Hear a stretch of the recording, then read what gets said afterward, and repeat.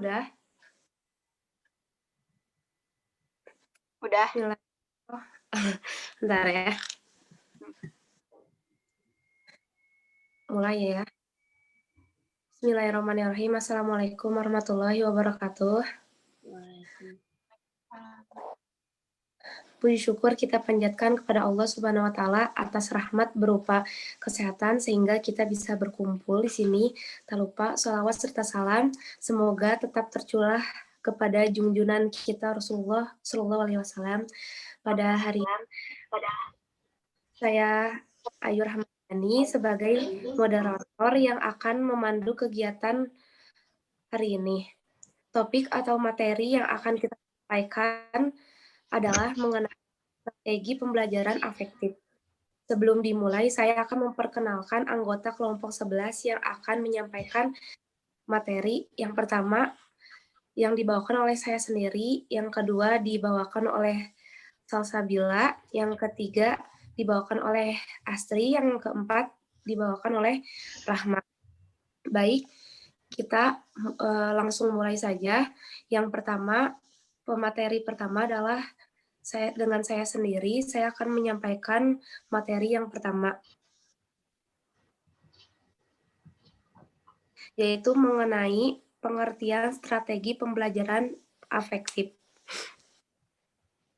Di sini, menurut Fatimah Qadir 2015-137, strategi pembelajaran sikap dapat dikatakan strategi yang tidak hanya bertujuan untuk mencapai pendidikan kognitif saja, akan tetapi juga bertujuan untuk mencapai dimensi yang lainnya, yaitu sikap dan keterampilan. Sikap yang berhubungan dengan nilai yang sulit diukur karena menyangkut kesadaran seseorang yang tumbuh dari dalam. Sikap juga dapat muncul dalam kejadian behavioral yang diakibatkan dari proses pembelajaran yang dilakukan oleh guru. Selanjutnya, di sini ada hakikat strategi pembelajaran afektif. Ada penanaman nilai yang turunannya ada peserta didik. Peserta didik berperilaku baik atau tidak bertentangan dengan norma. Sikap afektif erat kaitannya dengan nilai yang dimiliki seseorang. Sikap merupakan refleksi dari nilai yang dimiliki. Oleh karena itu, pendidik sikap pada dasarnya adalah pendidik nilai. Nilai pada dasarnya merupakan standar perilaku, ukuran yang menentukan atau kriteria seseorang mengenai baik dan tidak baik, indah dan tidak indah, layak dan tidak layak, dan lain sebagainya, sehingga standar itu yang akan mewarnai seseorang. Pendidikan nilai pada dasarnya proses penanaman nilai kepada peserta didik yang diharapkan oleh karenanya siswa dapat berperilaku sesuai dengan pandangan yang dianggap baik dan tidak bertentangan dengan norma-norma yang berlaku. Sekian pemaparan materi saya, terima kasih. Selanjutnya, pemaparan materi dari Salsa. Saya persilahkan kepada Salsa untuk memaparkan materi berikutnya. Terima kasih kepada moderator. Di sini saya Salsabila Nur Asyifa akan menjelaskan mengenai 4 faktor dasar kepatuhan terhadap nilai. Yang pertama ada normativis, yaitu biasanya kepatuhan pada nilai-nilai dan hukum. Ada 3 bentuk dari normativis, yaitu kepatuhan kepada nilai itu sendiri, kepatuhan kepada proses tanpa memperdulikan normanya, dan kepatuhan kepada hasil atau tujuan yang diharapkan dari peraturan itu. Yang kedua ada integralis.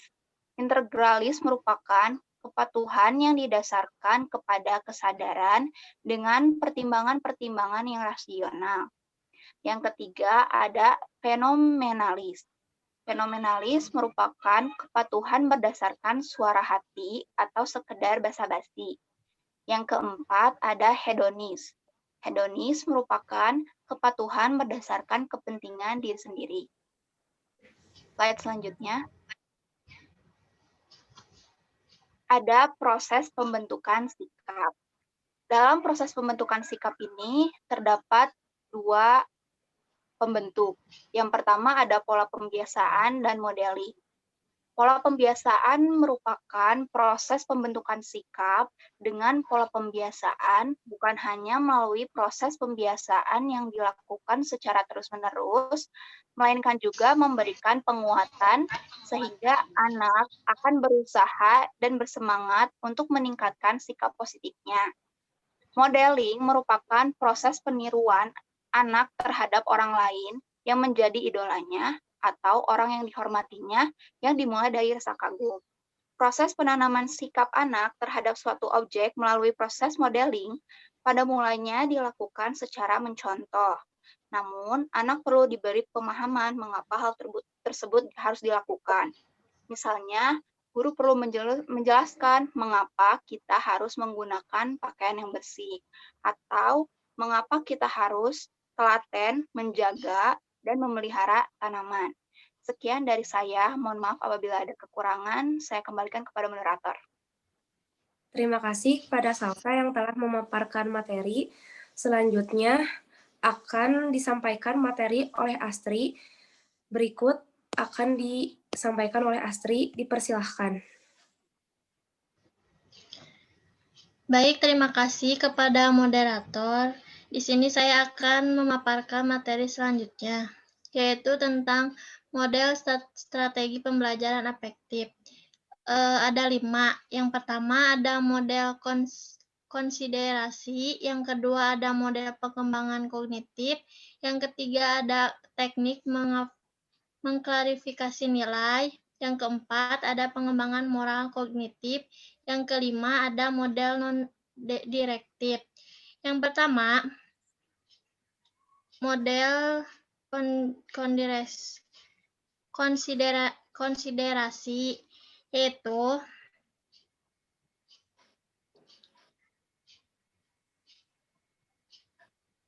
sebentar ya.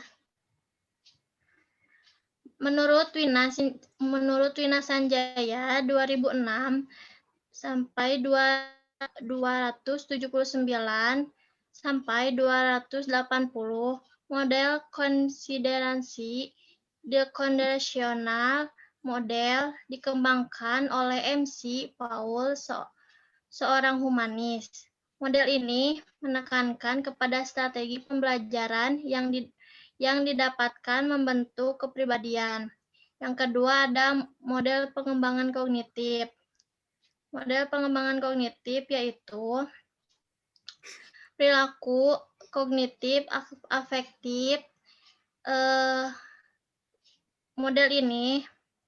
Model 3-dimensional ini dari William 1970 dirancang untuk membantu guru menentukan tugas-tugas di dalam kelas dikarenakan dengan dimensi kurikulum, dimensi strategi mengajar, dan dimensi perilaku siswa berinteraksi dalam meningkatkan pemikiran. Yang ketiga ada teknik mengklarifikasi nilai. Teknik mengklarifikasi nilai adalah teknik pembelajaran untuk membantu siswa dalam menghadapi suatu personal melalui proses menganalisis nilai yang sudah ada dan tertanam dalam diri siswa. Yang keempat ada pengembangan moral kognitif. Menurut Fatimah Khadir 2015 sampai 75, langkah-langkah dalam pengembangan moral kognitif mengharapkan peserta didik dalam situasi dilema dalam pertentangan nilai. Yang kelima ada model non-direktif. Menurut Fatimah Khadir 2015 sampai 75, model non-direktif merupakan pengembangan pribadi dalam situasi primisif dan kondusif. Selanjutnya yaitu yang materi selanjutnya ada kelebihan pembelajaran afektif. Yang step pertama adalah dalam pelaksanaan pembelajaran afektif akan dapat membentuk otak serta peradaban bangsa yang bermartabat. Dan step kedua ada mengembangkan potensi peserta didik dalam hal nilai dan sikap. Yang step ketiga ada menjadi sarana pembentukan manusia yang beriman dan bertakwa kepada Tuhan Yang Maha Esa, berakhlak mulia, sehat, berilmu, cakap, kreatif, mandiri, dan menjadi warga negara yang demokratis, serta bertanggung jawab. Baik, terima kasih. Sekian materi yang saya sampaikan. Saya kembalikan kepada moderator. Baik, terima kasih kepada Astri yang telah memaparkan materi. Selanjutnya, pemateri selanjutnya adalah Rahma. Kepada Rahma, saya persilahkan untuk memaparkan materi. Terima kasih kepada moderator. Selanjutnya yaitu kelanjutan dari kelebihan pembelajaran efektif. Yaitu yang keempat, peserta didik akan lebih mengetahui mana hal yang baik dan mana yang tidak baik. Yang kelima yaitu peserta didik akan mengetahui hal yang berguna atau berharga, sikap positif, dan tidak berharga atau tidak berguna, sikap negatif. Yang keenam yaitu dengan pelaksanaannya strategi pembelajaran afektif akan memperkuat karakter bangsa Indonesia, apalagi apabila diterapkan pada anak sejak dini. Yang ketujuh yaitu dengan pelaksanaan pembelajaran afektif, siswa dapat berperilaku sesuai dengan pandangan yang dianggap baik dan tidak bertentangan dengan norma-norma yang berlaku. Yang terakhir yaitu kelemahan pembelajaran afektif. Yang pertama yaitu kurikulum yang berlaku selama ini cenderung diarahkan untuk pembentukan intelektual, kemampuan kognitif, di mana anak diarahkan kepada menguasai materi tanpa memperhatikan pembentukan sikap dan moral. Yang kedua yaitu sulitnya melakukan kontrol karena banyaknya faktor yang dapat mempengaruhi perkembangan sikap seseorang. Yang ketiga yaitu keberhasilan pembentukan sikap tidak bisa dievaluasi dengan segera karena perubahan sikap dilihat dalam rentang waktu yang cukup lama. Yang keempat yaitu pengaruh kemampuan teknologi, khususnya teknologi informasi yang menyuguhkan aneka pilihan program acara yang berdampak pada pembentukan karakter anak. Sekian dan terima kasih. Saya kembalikan ke moderator. Baik, terima kasih Rahma telah memaparkan materi yang terakhir.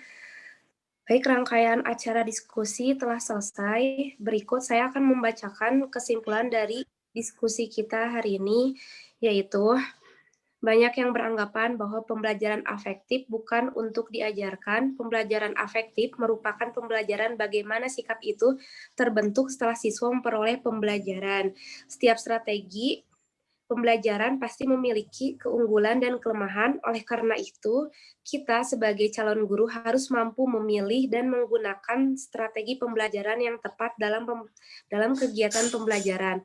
Kita sebagai calon guru diharapkan mampu memberikan pembelajaran afektif yang dapat menumbuhkan integritas peserta didik ke arah yang lebih baik, agar peserta didik yang terbentuk tidak hanya memiliki inteligensi yang tinggi, namun juga berkepribadian yang baik.